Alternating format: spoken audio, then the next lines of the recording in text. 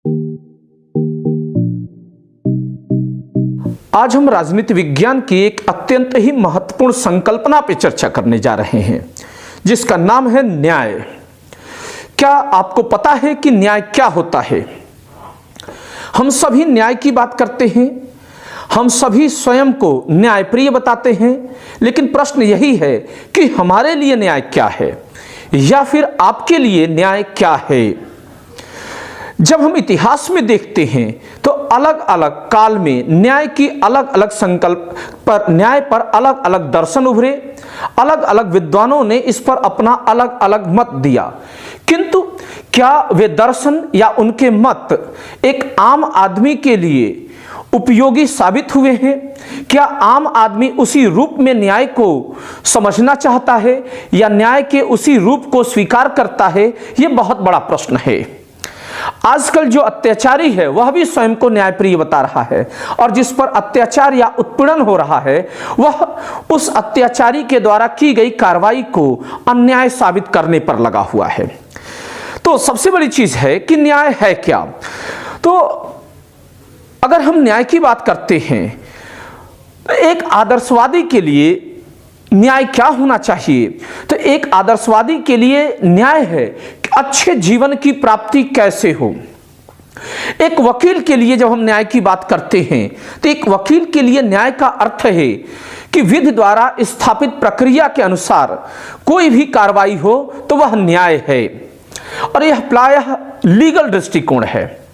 किंतु क्या जो विधि के अनुसार न्याय है वह आम आदमी के लिए न्याय हो सकता है?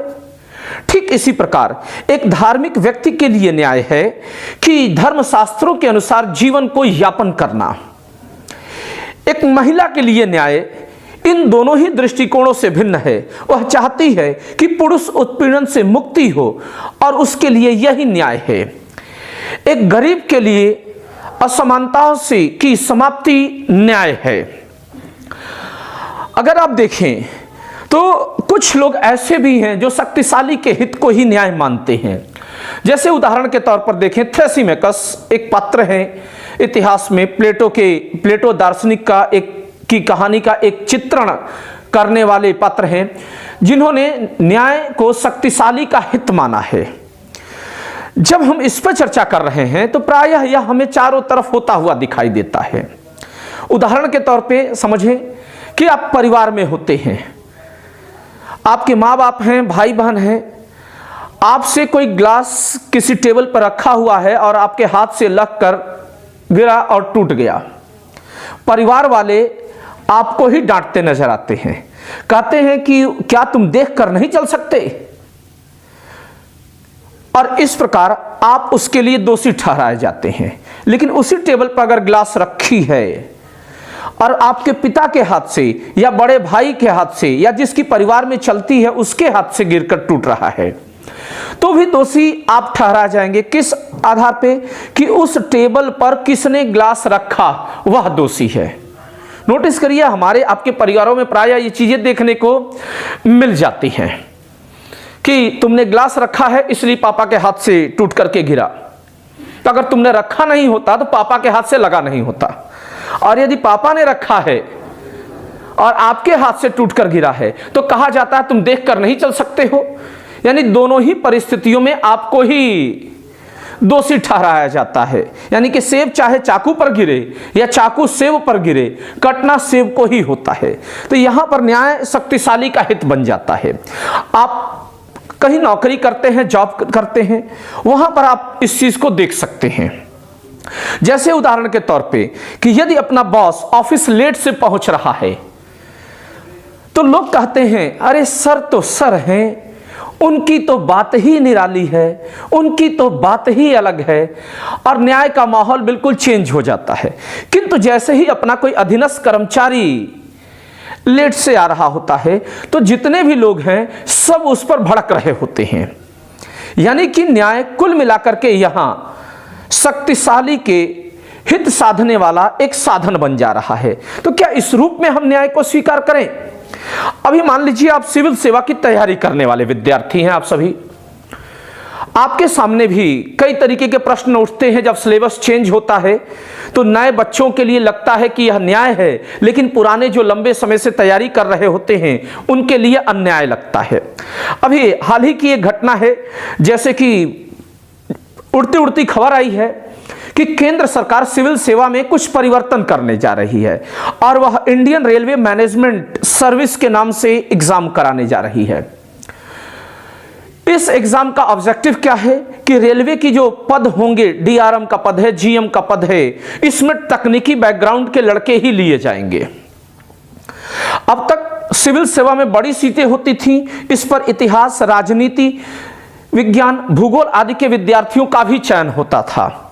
अब जाहिर सी बात है, अगर 2023 में यह नोटिफिकेशन निकल करके आ रहा है तो गैर तकनीकी से के जो विद्यार्थी होंगे, गैर तकनीकी सब्जेक्ट्स बैकग्राउंड के जो विद्यार्थी होंगे, अब वह रेलवे सेवा में जाने के लिए अनुपयुक्त होंगे या नाकाबिल होंगे। तो क्या यह न्याय है? 2-3 साल से लड़के तैयारी कर रहे हैं, लंबे समय से कुछ अपना दांव पर लगाकर कि उनको एक दिन सिविल सेवा में चयन होगा और चयन होने के बाद अगर उनको आईएएस नहीं मिला, आईपीएस नहीं मिला तो भारतीय रेल सेवा मिल जाएगा। तो कहीं ना कहीं उन गैर तकनीकी बैकग्राउंड के विद्यार्थियों के साथ यह अन्याय है। सिविल सेवा की सीटों में गिरावट भी दर्ज की जाएगी। विशेषकर नॉन तकनीकी बैकग्राउंड के विद्यार्थियों के संदर्भ में यदि हम बात करें तो उनके लिए यह अन्याय है। वहीं दूसरी तरफ जो तकनीकी क्षेत्र के विद्यार्थी हैं, मैकेनिकल इंजीनियरिंग के हैं या फिर टेक्निकल दूसरे बैकग्राउंड के लड़के हैं, मैनेजमेंट के हैं, उनके लिए यह एक प्रॉफिटेबल या वैल्यूएबल कंडीशंस, फेवरेबल कंडीशंस के रूप में उभर करके सामने आएगा। तो यही सब न्याय के साथ महत्वपूर्ण पक्ष हैं जिस पर चर्चा किए जाने की जरूरत है, न्याय को समझने की जरूरत है। खैर, अंत में इतना ही कहना चाहूंगा कि साधारण शब्दों में, कैजुअली, कि स्वतंत्रता और समानता के बीच की यह एक उपयुक्ततम अवस्था है। पूर्ण समानता को भी न्याय की संज्ञा नहीं दी जा सकती है और ना ही पूर्ण स्वतंत्रता को न्याय की संज्ञा दी जा सकती है। यदि हम इतिहास के कालखंडों में देखें तो पूर्ण स्वतंत्रता का प्रयोग कर करके समाज के कुछ वर्गों ने दूसरों का शोषण किया और पूंजीवाद का उदय हुआ। वही समानता के सिद्धांत को जो ले आकर के न्याय स्थापित करना चाहते हैं, जैसे कि रशियन रिवॉल्यूशन है या चीनी क्रांति है, तो वहां पर भी एक चीज देखा गया कि समानता स्थापित करने के चक्कर में जो ज्यादा श्रम कर रहा है, जो ज्यादा बौद्धिक है, उसके हितों की अनदेखी करते हुए अयोग्य या कम योग्यों को के पक्ष में सुविधाओं, सेवाओं और मूल्यों के आवंटन को सुनिश्चित किया गया। तो ऐसे में काबिल व्यक्ति, श्रम करने वाला व्यक्ति फ्रस्ट्रेट महसूस करने लगा। तो ना तो पूर्ण स्वतंत्रता न्याय हो सकती है और ना ही पूर्ण समानता न्याय हो सकती है, और इसके बीच में संतुलन का होना जरूरी है।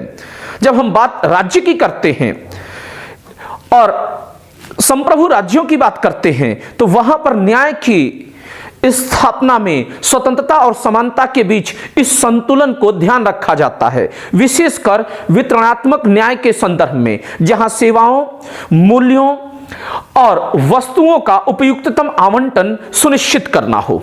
इस प्रकार हम कह सकते हैं कि न्याय की कोई स्पष्ट परिभाषा नहीं है, न्याय का कोई स्पष्ट दर्शन नहीं है, और हमें कोशिश करना चाहिए कि स्वतंत्रता और समानता के बीच में एक उपयुक्ततम संतुलन स्थापित करके समाज में न्याय को स्थापित कर सकें।